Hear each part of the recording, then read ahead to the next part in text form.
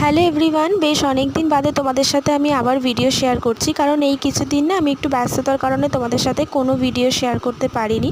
আর এই ভিডিওটা হচ্ছে গত বুধবার মানে অক্ষয় তৃতীয়ার দিনের ভিডিও। আমি আগের দিনই বিকালবেলা চলে গেছিলাম বাপের বাড়িতে, কারণ আমার বুধবার দিন একটা জায়গায় নিমন্ত্রণ যাওয়ার ছিল বলে আমি আগের দিন ওই বাড়িতে চলে গেছিলাম।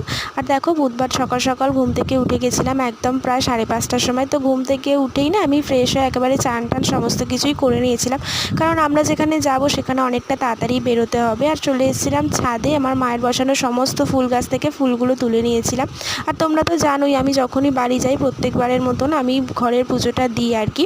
তো সে কারণে দেখো আমার মা এখানে যা যা ফুল গাছ বসিয়েছে সমস্ত গাছ থেকে ফুল তুলে মা প্রত্যেক দিন পুজো দেয়। সেদিন আমিও সমস্ত গাছ থেকে তুলে নিয়ে ফুলগুলো পুজো দিয়ে নিয়েছিলাম। আর সেদিনের দিনটা ভীষণ ভালো ছিল, অক্ষয় তৃতীয়ার দিন ছিল। আর এই গাছটা না অনেকটা ছোট ছিল, তবে এবারে গিয়ে দেখলাম গাছটা বেশ অনেকটা বড় হয়ে গেছে আর একদম ছাদের সমান হয়ে গেছে বলে না উপরের দিকে যে ফুলগুলো হয় সেগুলো ছাদ থেকেই তুলে নেওয়া যায়। তো সেই কারণে মা কিছুটা তুলে দিয়েছিলেন, আমি উপরে ছাদে গিয়ে দেখলাম কিছুটা তোলা যাচ্ছে, তো সে কারণে আমিও কয়েকটা তুলে নিয়েছিলাম।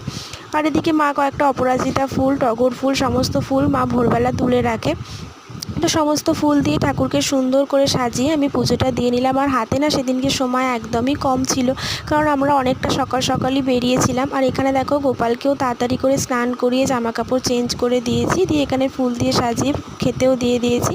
তো সমস্ত কিছু কমপ্লিট করার পরে এখন আমি মা এখানে রেডি হয়ে গেছে, ওদিকে দিদি জামাইবু দিদির ছেলে সবাই মোটামুটি রেডি হয়ে গেছে। তারপরে আমরা বেরিয়ে পড়েছিলাম। আর যেহেতু অনেকটা সকাল সকাল গেছিলাম রাস্তাঘাটগুলো দেখো একদমই ফাঁকা ফাঁকা ছিল। আর ওয়েদারটা না সেদিনকে একটু সকাল থেকেই মেঘলা মেঘলা ছিল বলে একটু ভালোও লাগছিল, কারণ রোদের তাপটা খুব একটা ছিল না। তারপরে আমরা চলে এসেছিলাম আমাদের স্টেশনে, আর এটা হচ্ছে বালিহল স্টেশন। বালিহল স্টেশন থেকে দেখো আমরা ট্রেনেও উঠে গেছিলাম।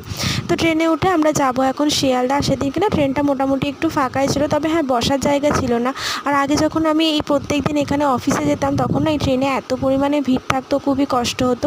তো যাই হোক দেখো আমরা এখানে দক্ষিণেশ্বর ব্রিজের উপর দিয়ে এখন যাচ্ছি। আর এখানে রাস্তাটা এত সুন্দর লাগছে, গঙ্গাটা সকাল সকাল দেখতে ভীষণ ভালো লাগছে। যাই হোক সকাল সকাল গঙ্গার দর্শন, মা ভবতারিণীর মন্দিরের দর্শনও আমাদের হয়ে গেছিলো সেদিনকে। এই যে দেখো দক্ষিণেশ্বরের মন্দিরটা দেখা যাচ্ছে দূর থেকে। তো তারপরে আমরা অনেকটা পরে গিয়ে এখানে বসার একটু জায়গা পেয়েছিলাম, প্রায় শিয়ালদা ঢোকার কিছুক্ষণ আগে।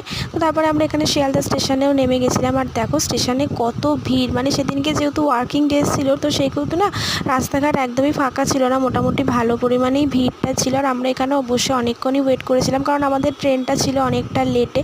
তো সেই কারণে আমরা শিয়ালদাতে নেমে একটা পাখার তলায় বসেছিলাম। আর যতই মানে মেঘলা থাক গরম তো একটা ছিল। আর দিদি ছেলেকে না সকালবেলা একদমই কিছু খাওয়ানো হয়নি, যেহেতু তাড়াতাড়ি বেরিয়েছি। তাই দিদি ওর জন্য খাবার নিয়ে এসেছিলো, ওকে এখন বসে সেটাই খাইয়ে দিচ্ছে। আর ও না মোটামুটি বাইরে টুকটাক এরকম কিছু খাওয়ালে ও খেয়ে নেয়। তো যাই হোক দেখো আবার তোমাদের